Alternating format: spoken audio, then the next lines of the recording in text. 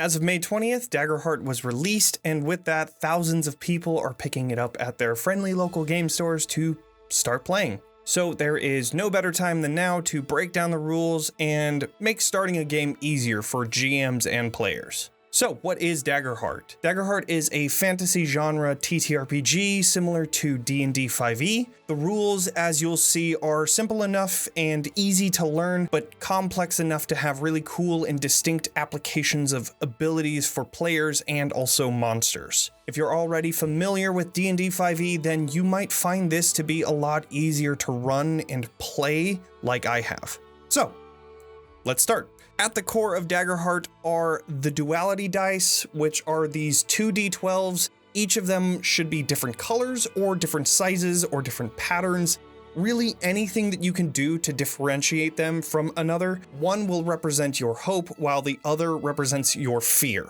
When a player does an action or an attack or a reaction, they end up rolling with both of these, the hope and fear. So let's suppose that I ask a player for a strength action roll. They would roll this together. Let's say that the difficulty was 15. They would roll these, say you have an 11 on hope and a 4 on fear. We add these together to get 15, and since hope was the higher result than fear, this would be a 15 with hope. Since that meets the difficulty of 15 that we had set, this would then be a success with hope, which is a full success in this game. They get what they want, and then they also will gain a hope. Hope is a resource that players can use to do things, but more on that later. Now, suppose that player rolls and gets a 10 on fear and a 7 on hope. That would then be a 17 with fear. That player succeeds that difficulty of 15, but there are some complications. They get what they want, but there's a cost. Additionally, the GM then gains a fear, which they can use to create conflict in the story, but more on fear later. If the player rolls a 7 on hope and a 2 on fear, that would then be a 9 with hope, meaning their hope die was higher than their fear die. Since 9 is lower than 15, that would make it a failure, but since it was with hope, it wasn't as bad as it could have been. The player doesn't get what they want, and there is a consequence, but not as severe as it could have been. However, the player does still gain a hope. And finally, if they roll a 11 on the fear die and a 3 on the hope die, that would make it a 14 with fear. That is a full failure, the player doesn't get what they want, and there are some pretty bad consequences. And then, of course, the GM gains a fear. So let's review. When a player rolls, there are 4 different results that they can get. There is a success with hope, which they get what they want and they gain a hope. Success with fear, they get what they want, but there's a cost, and then the GM gains a fear. A failure with hope, they don't get what they want and there are some consequences, but not as bad as it could have been. And then the player gets hope. And then lastly, a failure with fear. They didn't get what they want. There are some severe consequences to that. And then the GM gains a fear. Okay, so I lied. I know I said that there's only 4, but there's a secret 5th one, the critical success. This happens whenever the hope and fear die are the same results. So yes, that means that even if you get a 1 and a 1 or a 12 and a 12, it is the same result, a critical success. When a player rolls a critical success, that means that they get what they want and then a little something extra as a treat. Then the player gains a hope and they get to clear a stress, but more on stress later. So with the results of rolls out of the way, let's talk about hope and what your players can do with it. There are 4 things a player can do with hope. The first is they can activate an ability. Many abilities require a player to expend a hope in order to use it. For example, the Mending Touch ability under the Splendor domain says that you can spend a few minutes and 2 hope to clear a hit point or a stress on a creature. In addition to using features, a player can then also spend a hope to aid an ally. To do this, the player must expend that hope and then explain to the GM how they would aid this ally. If the GM allows the PC to aid the ally, then that player would then roll a d6 advantage die, adding that result to the ally's roll total. If the ally already has advantage, the aiding player can still roll that d6 advantage die and compare that result to the one that the ally rolled. Whichever d6 is higher will then be the one added to the result of the roll. PC experiences can also be used by spending hope. A player can use that one hope to add an experiences modifier to a roll if it makes sense in the narrative. The player should describe how this experience applies to this situation and how they may have faced this same situation before. If the GM allows it, then this additional modifier can be added to the roll total. If that player wants to utilize any other additional experiences they have, they would spend an additional hope for each additional experience, and as long as it makes narrative sense, they can still add that to the roll. Lastly, once per session, each player can initiate a tag team roll by spending 3 hope. Both players will make their own separate action roll with their duality dice, and then choose which of the 2 they want to take. If the roll is with hope, both players gain the hope, and if the roll is with fear, the GM then gains a fear for each player, so 2. If this is for an attack, each player would roll their damage separately and add the totals together for how much the target takes. If one of the damage types is magical and the other is physical, the players must decide on which one to use. There will be more about damage types later. Tag team rolls also only count as one action, so if there are any countdowns or any features that track actions, they would only count for 1. Okay, so now that we understand the duality dice and hope, let's talk about combat. This is mainly going to focus on players' experience of combat. I will be doing a separate video for GMs where I will be going more into depth about how to run combat using fear and how to read adversary stat blocks, etc., etc. So keep an eye out for those videos. So, unlike D&D 5e, Daggerheart has no initiative order. Don't worry, Daggerheart's combat system is actually really easy to learn. Typically, when entering combat, the PCs will act first. However, the GM can spend a fear to start battles with the adversaries instead, but we will talk about fear in combat later in this video. Since combat is very freeform, the players have the flexibility to talk about who goes when. That means that if the players want one PC to do multiple actions before anyone else, if it makes sense in the story, they totally can. When a player fails a roll, or if they roll with fear, the GM then can change that spotlight over to the adversaries. When this happens, the GM is allowed one GM move for free, meaning they can attack or do something with one of the enemies, and then any additional adversaries they would like to activate must use an additional fear. If the GM has no fear to spend after their free action, then the spotlight shifts back over to the players. And that's basically it. It's very focused on the narrative rather than any rolls that you make at the very beginning of combat. It also adds a lot more flexibility that D&D 5e doesn't have. I've had so many times where a player rolls really high on initiative but doesn't want to go first, so Daggerheart fixes that. So that is the flow of combat. Now let's talk about ranges in this game. One of the unique things about Daggerheart is how they calculate range. It's a lot more loosey-goosey than in other sorts of TTRPGs like D&D. Your range consists of melee, very close, close, far, very far, and then out of range. Melee is within touching distance with the target, which if you're using a map, that typically means next to the square over or up to 5 feet away. Very close means that you are close enough to the target to see finer details and can reach them within moments. This is typically up to 10 feet away from the target. Or if you'd like to use props to measure this, very close can also be shown by using the shorter side of one of their cards. But if you'd like to use exact measurements using a grid, you could use 2 or 3 squares away. Close means that your character is close enough to see target's prominent details, which could be something like across the room or a nearby market stall. On a map, this would be up to 30 feet away. You could use the length of a pen or a pencil to show this distance, or for a more exact measurement, you can use a grid with 6 squares away. Far means that your character is far enough away that they can see the appearance of the target, but they can't see the details, which could be across the battlefield or down a large corridor.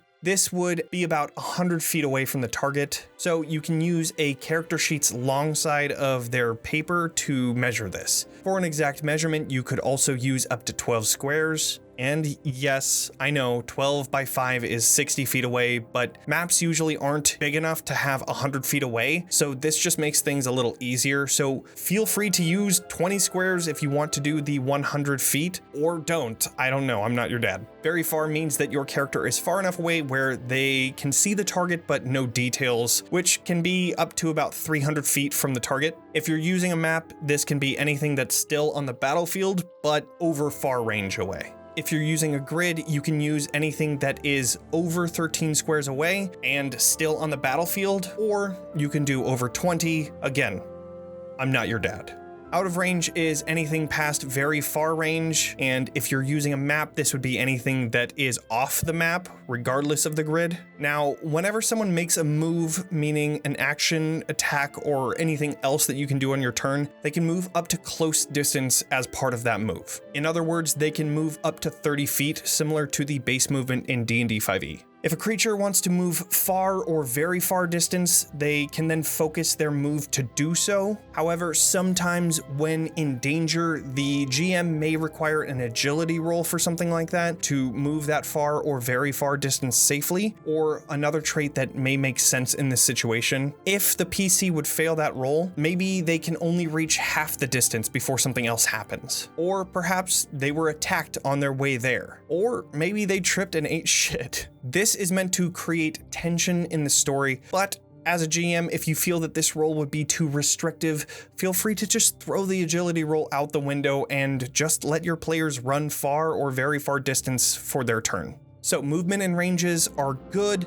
Let's talk about how you would attack something. When attacking, you are going to look at the weapon you are using and see which character trait you use to attack. Weapons can be found on page 118 to 124, or you can attack without a weapon, in which case you would use your strength or finesse or whatever trait fits best for that attack. And then if it hits, you roll a number of d4s equal to your proficiency bonus to deal damage for that unarmed strike, but more on proficiency in a second. Suppose we use a broadsword for an attack. This weapon uses agility for the attack roll, so then we would roll our duality dice just like any other type of roll, add our agility modifier to the result, and let's say I rolled a 12 on hope and a 5 on fear. I would then add my agility, which is a +2, and then any other modifiers I have, which for broadswords, they have reliable, which means that they gain an additional +1 to that roll. So I would have a 20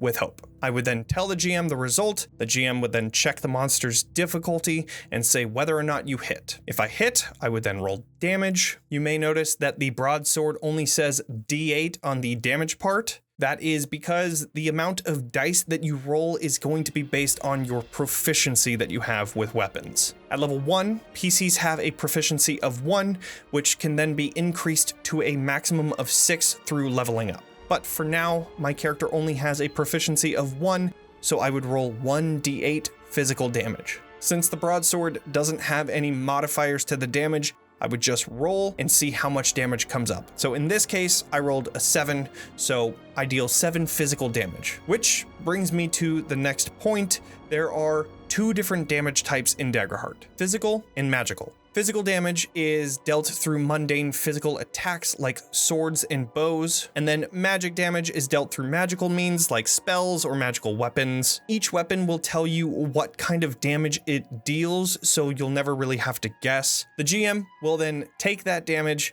check the adversary's damage thresholds, more on that later, mark the appropriate HP slots, and then describe what happens when you hit them. Now, what if you rolled the same number on your hope and fear dice for this attack roll? Remember, that is a critical success in Daggerheart. This means that you automatically succeed on hitting the target, and when you roll damage, first you add the maximum result of the damage die that you would roll, and then you roll the damage die for additional damage. In the case of the broadsword, since I have a proficiency of 1, I would start with that 1d8 damage, so 8 damage to start, and then I would roll the d8 and add those two together. If your weapon has a modifier, this will only be added to that damage result once. When dealing damage, keep in mind that each move will be 1 instance of damage, so if you hit an enemy and do a crazy amount of damage, maybe hold off on using any abilities that would add extra extra damage on top of it. Soon I'm going to talk about thresholds. You can only pass the top threshold once,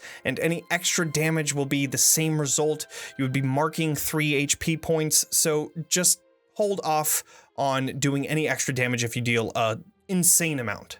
Okay, so you know how attacks work, but what happens when you're attacked by an enemy? The GM takes the spotlight during combat when a player rolls with fear, or when a player fails a roll, or when the GM spends a fear to interrupt the player's in between turns. After taking the spotlight, the GM can then activate one of the adversaries without having to spend an additional fear. If that action is an attack, the GM rolls a d20 instead of the 2d12 that the players roll, and then they will add whatever modifiers the adversary has to that result, and they will then tell you the number. This is when things can get a little confusing, so Let me break it down for you, Mark. let's suppose that the GM rolls for hitting with a 12. As a player being attacked, you would take that 12 and compare it to your evasion, which is at the top left of your character sheet. If the 12 is equal to or greater than your evasion, then that means that the attack hits your character. For this, let's say that your evasion is 8, so a 12 would hit you. The GM would then roll damage and then tell you the result. So for this, let's suppose they roll 8 damage. You take that 8 and you compare the damage to your damage thresholds. Those are the numbers that you will find just below the evasion. On the thresholds, you will notice 2 different numbers. The lower number represents your major threshold, the bigger number represents your severe threshold. If damage is lower than your major threshold, but more than 0, you will mark 1 hit point slot. If the damage is equal to or higher than your major threshold number, but lower than your severe threshold number, you would mark 2 hit point slots. And finally, if the damage is equal to or higher than your severe threshold, then you would mark 3 hit point slots. There's also an optional rule for massive damage threshold, which would be twice the severe threshold, and for that you would mark 4 HP slots. So do with that what you will. Anyway, let's suppose your thresholds are 8 and 16. Since you took 8 damage, that would hit your major threshold, which means that you would mark 2 HP slots. But wait, there's more! However, one final thing that you can do as a player is use armor, which is the number to the right of your evasion. Whenever you take damage, you can mark an armor slot, which is the shield icon to the right of the armor score, to reduce the damage threshold of that damage. You can only do this an amount of times equal to your armor score, and you can only use a maximum of 1 armor slot per attack unless a feature states otherwise. So let's suppose your armor score is 4 and you've already used 3 slots. You decide that you want to use your final armor slot for this attack, and since 8 hits your major threshold, that armor slot will then be reduced from major to minor threshold. By the way, if the GM rolled damage under 8 but over 1, you could use that armor slot to reduce the minor threshold to no damage at all. One caveat to armor is whenever a source would deal direct damage, that would mean that the damage cannot be reduced by an armor slot. Something like poison. And yes, I might look or sound a little different. I realized that I had the rules from the beta in the previous edition of this video, so I had to change it out. Thank you to Anthony, Caro, and Lean for helping me out with that. Something else that can happen as a result of an adversary attack is a PC marking a stress slot. Stress represents the mental and physical toll characters experience when attacked or doing some sort of action. And in addition to some adversary attacks, a PC could also be forced to mark a stress by performing one of their abilities or by failing a roll, and the GM may feel that this is a substantially stressful situation for the PC, so they may tell you to mark 1, 2, or 3 stress, depending on how stressful it is. Regardless of how many stress you get, you have a limited amount of slots to fill. When all of these stress slots are full, that character will then become vulnerable until they clear at least one of those stress, and vulnerable just means that anything that targets that character has advantage. Additionally, if you had no empty slots and you were forced to mark another stress, you would then mark an HP slot per instance of stress. What I mean by that is if I were to take 3 stress and I had no slots open, I would only mark 1 HP slot. If there was another time that I got an attack and I was forced to mark those 3 stress and maybe I had 1 stress open, I would mark 1 stress, and then since there's 2 left over, mark 1 HP. That aside, during combat or any other situation for that matter, you may be asked to roll a reaction roll. These are in response to something happening to your PC, like a trap or a spell that they have to dodge out of the way for or overcome. These are very similar to saving throws in D&D 5e, except there is one thing to keep in mind specifically for Daggerheart. When you critically succeed, you completely ignore the effects of the triggering action. Meaning, if you roll the same number on your Duality Dice and you are dodging out of the way of a dragon's breath, you take no damage. However, regardless of your result on the reaction rolls, you don't generate hope, the GM doesn't generate fear, and the GM can't take the spotlight after a failed reaction roll, or if you roll with fear, or if you roll with a crit, you don't clear a stress and an HP slot. It is just a roll. So reaction rolls aside, let's talk about resistance, immunity, advantage, disadvantage, and other conditions that they have in Daggerheart. Much like many other games, resistance to a damage type means that that character only takes half the incoming damage of that type. Then after having that amount, the damage total will then be compared to damage thresholds, and then the appropriate HP slots will be marked based on that total. For immunity, the incoming damage that the creature is immune to will be completely negated, meaning that creature doesn't take any damage and doesn't mark any HP slots. Advantage on rolls can happen in a bunch of different ways in Daggerheart, but they all mean the same thing. You gain an additional d6 die that you roll and add to the total. Specifically for aiding an ally, if a player spends a hope to do that, they can give advantage to an ally, and even if that ally has advantage already from another source, both players will roll that d6 and that highest result will still be added to the total. For GMs, rolling advantage is rolling 2d20 and taking the highest result. Similarly, disadvantage is a d6 taken away from a roll, and for GMs, you roll 2d20 and take the lowest result. However, if a person has advantage and disadvantage, both of those would cancel out and no d6s would be rolled. However, if a person has 2 advantages and 1 disadvantage, one of those of each will cancel out, leaving 1 advantage. So that person would then roll that d6 and add it to the total. Now, conditions. First up is hidden. A PC or creature is hidden when they are hidden. They can duck behind cover, run into a house, or become invisible. When they have the hidden condition, any rolls targeting that creature has disadvantage. If at any point an adversary can clearly see the hidden creature, or if the creature attacks, they will then lose that hidden condition. Because of how easy it is to gain the hidden condition, it doesn't automatically give a PC advantage on attacks against enemies who can't see them. However, as the GM, you may give advantage to your player based on the situation. Next up is restrained. Nice. The restrained condition means that you can't move until this condition is cleared. You can still take actions normally, but you just can't move. Many effects that restrain have text to explain how someone can break free, but if there isn't anything, just roll with whatever makes sense in that moment. And lastly, vulnerable. This is meant to describe when a creature is in a difficult position. Perhaps they fell prone, maybe they were surprised, or maybe an ability that they used caused them to become vulnerable. Regardless, vulnerable means any rolls that target that vulnerable creature have advantage. With all of the conditions that a creature can get, typically the thing causing it will describe how a PC can clear this condition, but like I said, in cases where it doesn't explain anything, the GM could ask the PC to do an action roll to attempt to clear it, perhaps a strength roll to break free of restraints, maybe an instinct roll to mentally recover from a vulnerability, and as with anything else in this game, just follow whatever makes sense in the story. Okay, it's that time. We have to talk about death. No, not that death. Death of a character. When your PC marks the last hit point slot on their character sheet, they immediately do a death move. There are 3 different types of death moves to choose from: going out in a blaze of glory, risking it all, or avoiding death. Going out in a blaze of glory means that your character is embracing death, but going out swinging.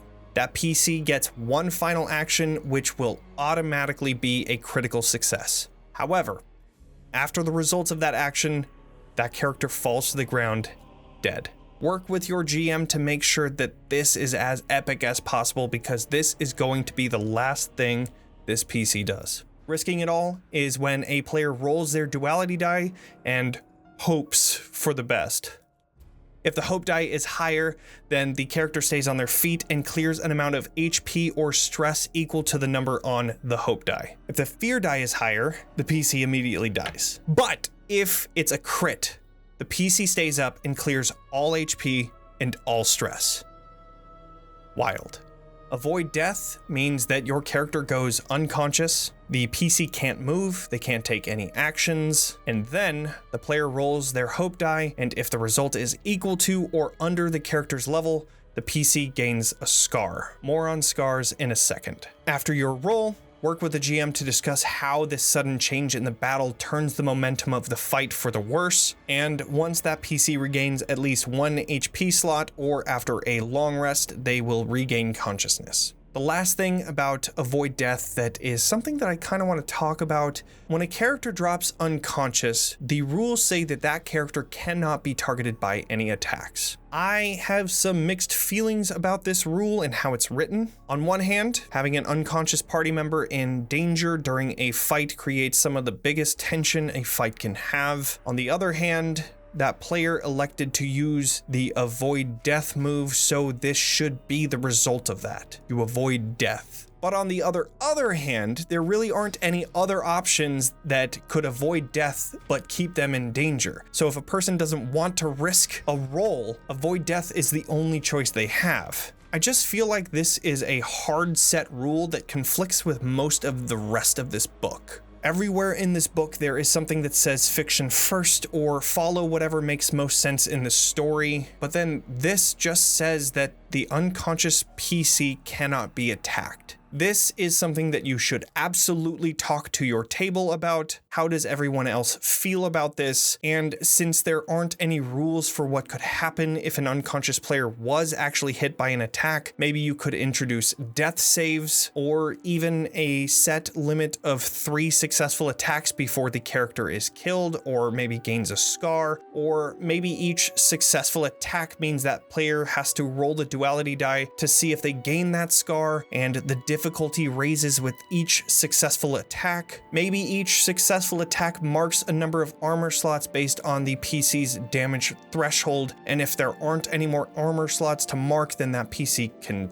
gain a scar or perhaps die. Right, scars. When a PC gains a scar, they permanently cross out one of their hope slots. They can no longer gain a hope in that slot anymore. The scar also has an effect on the PC in the story, so work with your GM to figure out what the scar is, whether it's physical or mental, and how they continue on this adventure with it. When you mark your final hope slot with a scar, it's time for the PC to end their journey. This could be anything like an epic death in a difficult battle, or it can be something like your PC feels it's their time to retire before getting themselves killed. Either way, work with your GM to figure out a good way to give your PC a good send-off, and then roll a new character. Scars are typically permanent, but depending on your GM, there may be an opportunity to get rid of a scar through a special quest or maybe some downtime activities. So if you want to take a scar away, talk to your GM about it. I'm sure they're willing to listen if it makes a good story. Now, if you are lucky enough to have your character die during a game, then you have the exciting chance to create a new character. Work with your GM to make a character that can fit into the story and that is the same level as the other players in the party, because having them not be the same level is not fun for anyone unless specifically and explicitly agreed to. I know death of a character can suck, but remember that death isn't the end, it is just the beginning of a new story. Okay, enough death. Let's change topics. Let's talk about what happens when you finish combat and you need to rest. Everything went great in combat. You did epic things with the rest of your group, but you might have had a stress or hit points marked. What are you going to do? Well, if you're still in the middle of your adventuring day, you might do a short rest. During a short rest, each player can freely switch out their domain cards from their vault, which are the PC's abilities that you choose at level ups. I'll be going more into how domain cards work when I make my How to Make a Character in Daggerheart video, which will be happening soon. After you are content with your domain cards, you pick between 4 different rest moves: Tend to Wounds, Clear Stress, Repair Armor, and Prepare. During your short rest, you can perform 2 of these moves. You can also perform the same move twice. When you take the Tend to Wounds move, you describe how your PC patches up any lingering wounds from previous battles or traps, and then you roll 1d4 and add your tier to that number and clear that many HP slots. Your tier is based on what level your PC is. For tier 1, this is level 1. For tier 2, this is level 2 to 4. For tier 3, this is level 5 to 7. And for tier 4, this is level 8 to 10. Back to the short rest. If you rolled a 3 on your d4 and you are level 5, which is tier 3, that would mean that you clear 6 HP slots. You can also use your Tend to Wounds move to help an ally instead. If you take the Clear Stress move, you describe how your character is blowing off steam or pulling themselves together during this break. After that, you roll 1d4, add your tier, and then clear that many stress slots. So if you roll a 1 and you are level 10, which is tier 4, you would then clear 5 stress slots. For Repair Armor, you describe how your PC quickly repairs their armor, and then you roll 1d4, adding your tier, and then clearing that many armor slots. So if you rolled a 3 and you were level 1, which is tier 1, you would clear 4 armor slots. Similar to 10 wounds, you can also do this for an ally instead of yourself. When you take the Prepare move, you describe how your character is preparing themselves for the journey ahead. After that, you gain a hope, or if you and one other member of the party take this move together, you and that other member gain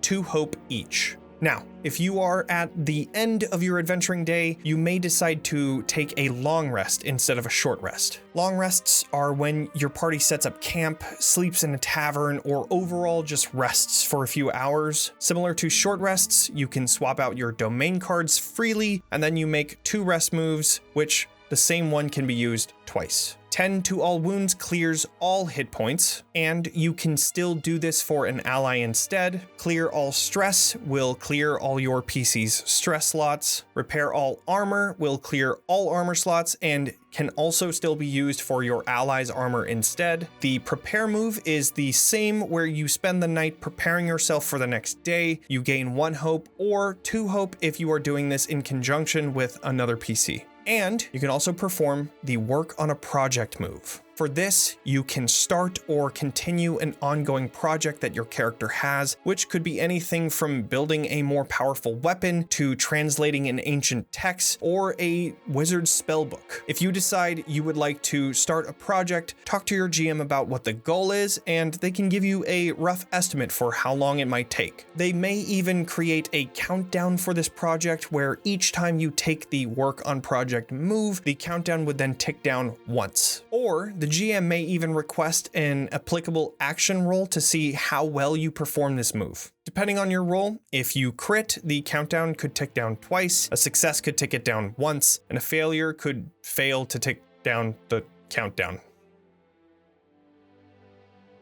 After completing a short or long rest, a PC may refresh their abilities depending on what rest they took. Similarly, some effects may expire after a rest is completed. Most of your features will explain on the card or your character sheet when they refresh, whether it's a short or long rest, but check with your GM for things that may be affecting your PC and whether they have cleared, or if you have any questions on if something refreshed or not. Relating to the once per session features like tag teaming, these don't refresh at the end of any short or long rest, but instead refresh each session you play, so feel free to use these often. Now, the players aren't the only ones that have rest moves. During a short rest, the GM gains 1d4 fear and After a long rest, they gain 1d4 plus the number of PCs in fear. The GM could also advance long-term countdowns or conflicts that may be happening off screen, and this is also the perfect time to start talking about what the hell GMs can actually do with fear. As I said before, when a player rolls with fear, meaning their fear die is higher than their hope die, that means that you as the GM gain a fear. You can only have a maximum of 12 fear at one time, so if you like to keep track of it, you can always use a d12. Or you can use 12 different random items that can represent fear tokens, up to you. The amount of fear you have shouldn't ever be hidden from the players. In fact, the book recommends that having your fear pool visible to your players helps them in the game. So that being said, if you're playing on a VTT like Roll20, feel free to just tell your players whenever they ask, or you can add a text box that's always on screen and that always has the number of fear that you have there.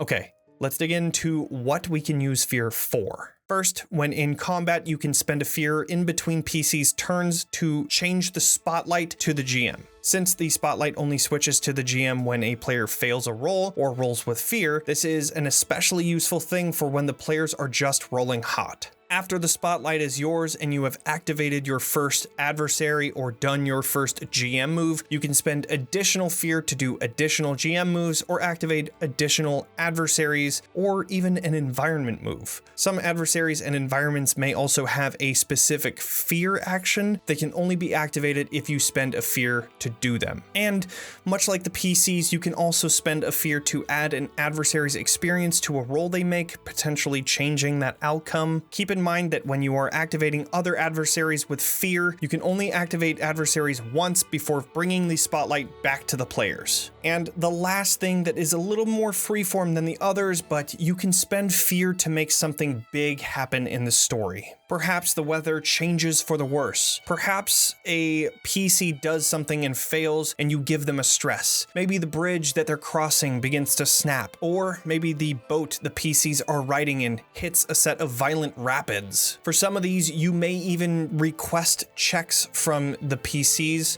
or you can just have bad things happen like that stress and ask how your players respond to this. So, to recap, you can change the spotlight to the GM, activate an additional adversary, use an enemy's fear feature, add an adversary's experience to a roll, change the story to include more conflict, or give a PC a stress for a failed roll, and that last one is very loosey-goosey. One quick note to make, using fear is supposed to create conflict, not ruin the fun. Hoarding fear and then blasting the players with all 12 fear at the same time is an extremely unfun thing to do. Remember that the GMs are here to facilitate a story and make sure that everyone at the table is having fun together. So, spend fear, yes, but make sure you're doing it in a spirit of what conflict would create a better story. Now, that's not to say that you can't use a bunch of fear at the start of combat to make an encounter a big challenge for the PCs, because you absolutely could and sometimes should do that. Spending a fear to act first in combat, then spend a couple fear to activate other adversaries, then when the PCs are bloody enough, turn it back to them. Just some ideas. But that is pretty much all the basics of Daggerheart. I will be making more videos about how to make a character, as well as how to GM Daggerheart, so keep your eyes peeled for those. For now, I just want to thank everyone who watches my videos. I really truly appreciate it. If you have found value in this video, please hit the thumbs up and subscribe to the channel for more videos to come. Thank you all so much. See you in the next video.